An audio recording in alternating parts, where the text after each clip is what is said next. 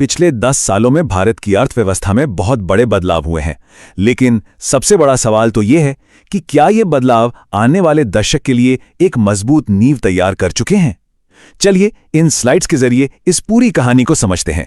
और देखिए, Morgan Stanley की एक रिपोर्ट भी अपनी बात यहीं से शुरू करती है। यह सिर्फ एक बयान नहीं है, बल्कि ये वो उम्मीद है जो पिछले एक दशक में हुए सुधारों पर टिकी है। तो चलिए थोड़ा पीछे चलते हैं और देखते हैं कि हम यहां तक पहुंचे कैसे। आज से 10 साल पहले की तस्वीर बिल्कुल अलग थी।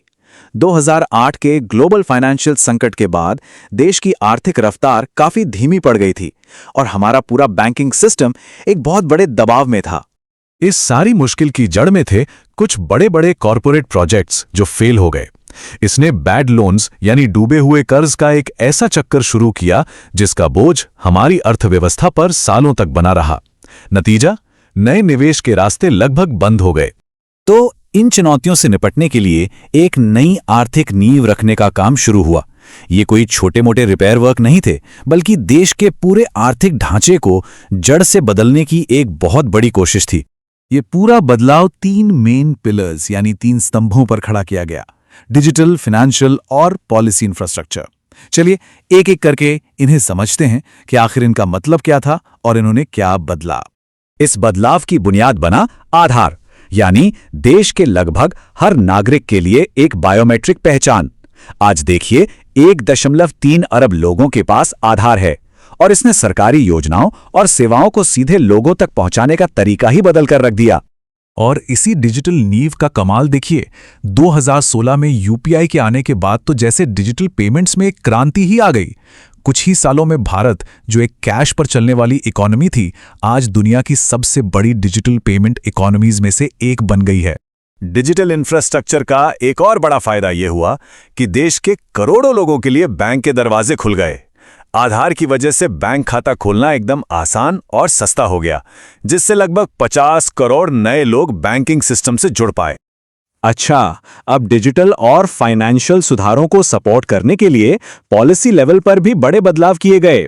जीएसटी ने टैक्स सिस्टम को आसान बनाया, कॉर्पोरेट टैक्स घटाने से कंपनियों को फायदा हुआ और नए दिवालियापन कानून ने डूबे हुए कर्ज की समस्या से निपटने का एक तरीका दिया।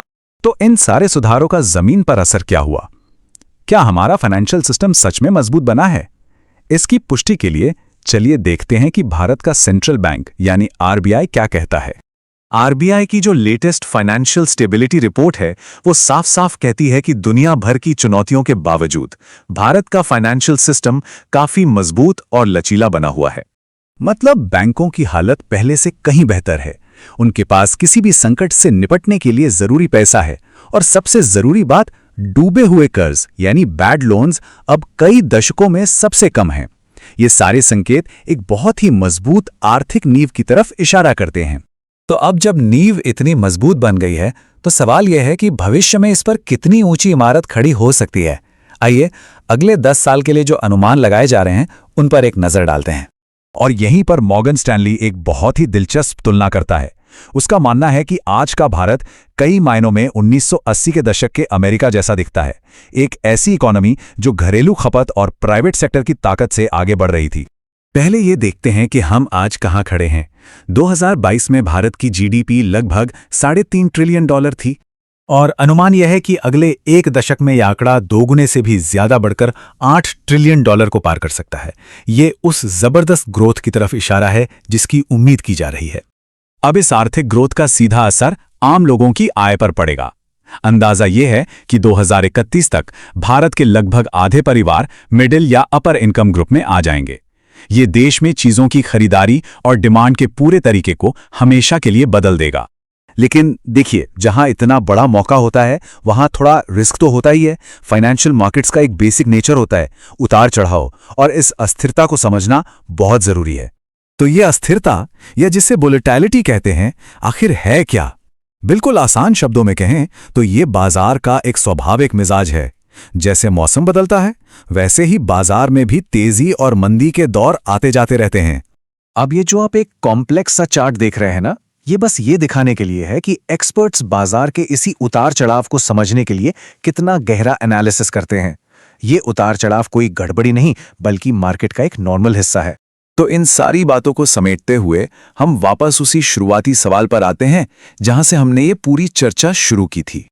पिछले एक दशक में एक बहुत मजबूत जमीन तैयार की गई है।